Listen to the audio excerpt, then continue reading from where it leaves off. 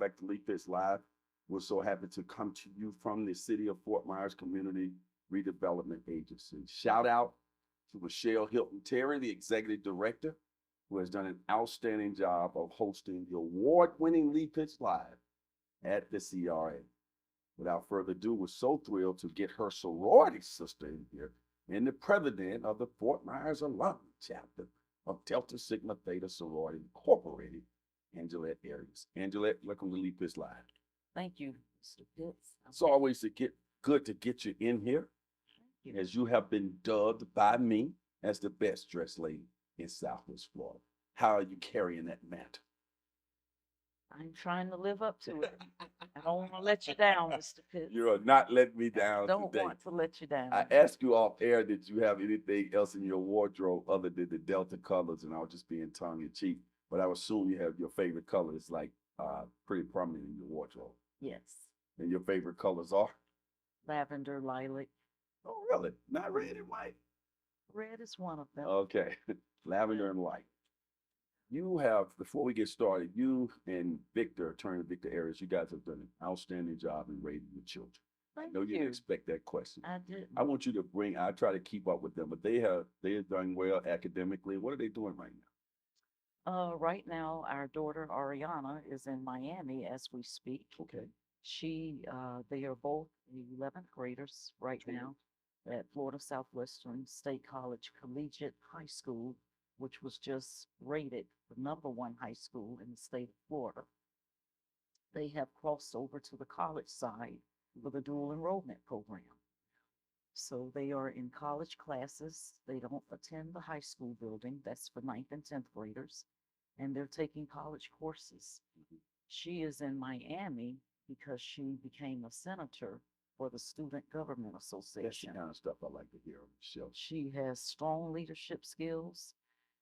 The other thing that she has accomplished is her student federal aviation pilot's license. And she flies planes at Paragon Flight School every weekend on Saturdays and Sundays. So that's what she's doing. My son is taking classes. He started on the college side actually in 10th grade.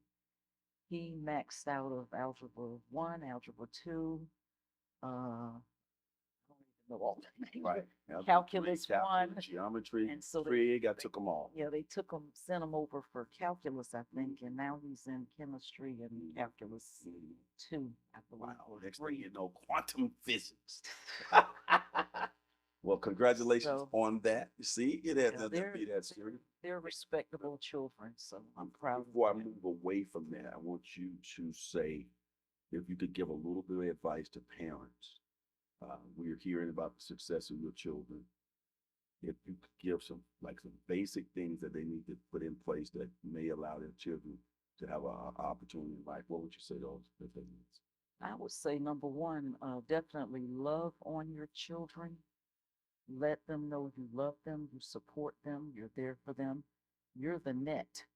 You're the little basket that they fall into when everything else goes wrong. Understand and know that they too have stress.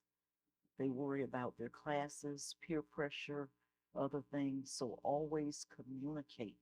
Know what's going on in their lives. Know who their friends are. And #3, push them, but don't push them too hard. But Push you just them. set those standards high. Yeah, push them to do other things other than academics, other extracurricular activities. But don't push too hard. Respect their feelings when they're tired or they have lost interest. They're human beings. They're not the adult. They don't get to make the final decision, but do respect their feelings. That's great advice. Now we'll move on to Fort Myers Alumni Chapter of Delta Sigma Theta Sorority here in Fort Myers, which you are the president, and I think this will be your second consecutive term. Correct. And then I think in the past you were a president, so you got a whole lot of experience there. The local chapter has an outstanding reputation in the community, and along that way, you have a lot of partners that you develop relationships with. Let's talk about that. Yes, so we have partnered And Michelle initiated this one, Hilton Terry, who you just gave kudos to, the American Heart Association. Delta Sigma Theta Sorority Incorporated is also an international sorority, and we have national partners here in the United States. The American Heart Association is one of them. Here in Southwest Florida, they do an amazing job with the Go Red for Women campaign. And during that time, they allowed Delta Sigma Theta to be one of their partners last year at a big luncheon down at the Hyatt Regency in Estero, Florida. It drew a huge crowd. We help and assist when we partner with other organizations or businesses, but we also like to have our logo on the brand, if you will, so that people will start knowing who we are. We're international, we're interracial, we're big on diversity, and we do a lot of areas that impact the community. Well, the American Heart Association that you said, they are lucky to have you guys. You have no idea when you get those deltas moving in one direction. Yeah. You partner with a great organization, so that's really great to hear. What are some other programs that you are expanding on in Fort Myers Alumni Chapter? Some of them are our Economic Development Programmatic Trust. Traditionally, every year, and we still do this program, we feed the super seniors. We call them super seniors because they're super seniors to me are super people. But we go to them. We traditionally would have them at the Delta Life Development Center, and now we go to them after COVID. And we will be at the Renaissance Preserve in November. And we will be there to get them a hearty meal, ham, turkey, collard greens, cornbread, corn muffins, corn on the cob, you name it, we'll be there, potato salad. But it's not just about the meal for our seniors. It's about two other aspects that I'd like to share, Lee.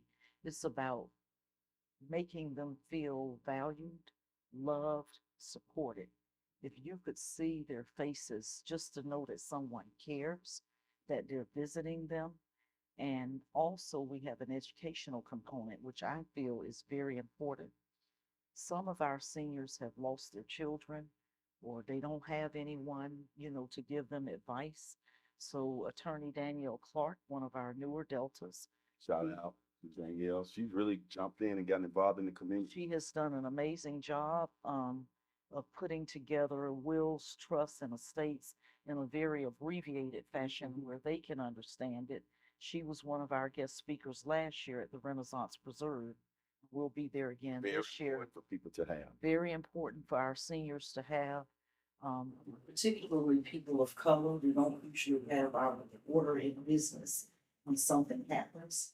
So it's good to know an attorney. It's good to know people that are willing to work with you. Sometimes even on a pro bono basis, to help you put something in place so that, when something happens, you have everything in order and it's not a hardship or a burden on your family members. Let's go back a little bit for people who may not be familiar with the rich history of the Greek life and certainly Delta Sigma Theta sorority. You guys go back to the early 1900s, what would be 1913. 1913, and been involved in community things since that time. So when you are able to maintain that personal connection with the community from an organization that old, with that so many dynamic women within the organization, you have so many women that have different areas of expertise, just like you just mentioned, Attorney Clark. In general, just all types of people in the sorority, right? From engineers to lawyers to doctors to bankers to the whole works, right? Correct. So with that being said, we've done many areas of things. Healthcare. Healthcare. We partnered with Mount Olivet in the church last year during COVID. We had James Givens. He had the idea, which was an excellent idea, to educate his congregation and members of the community on how deadly that disease could be, but more importantly, preventative measures to get you there and protection that you need.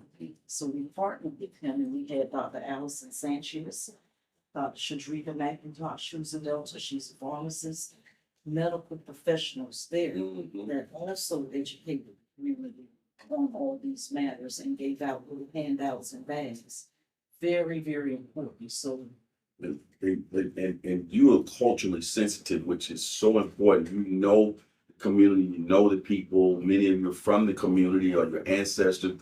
You make that a direct laser focus. yes, What would you say is your primary or signature program? well, before I can name a signature program, I would be remiss if I didn't talk about political awareness and involvement in social action.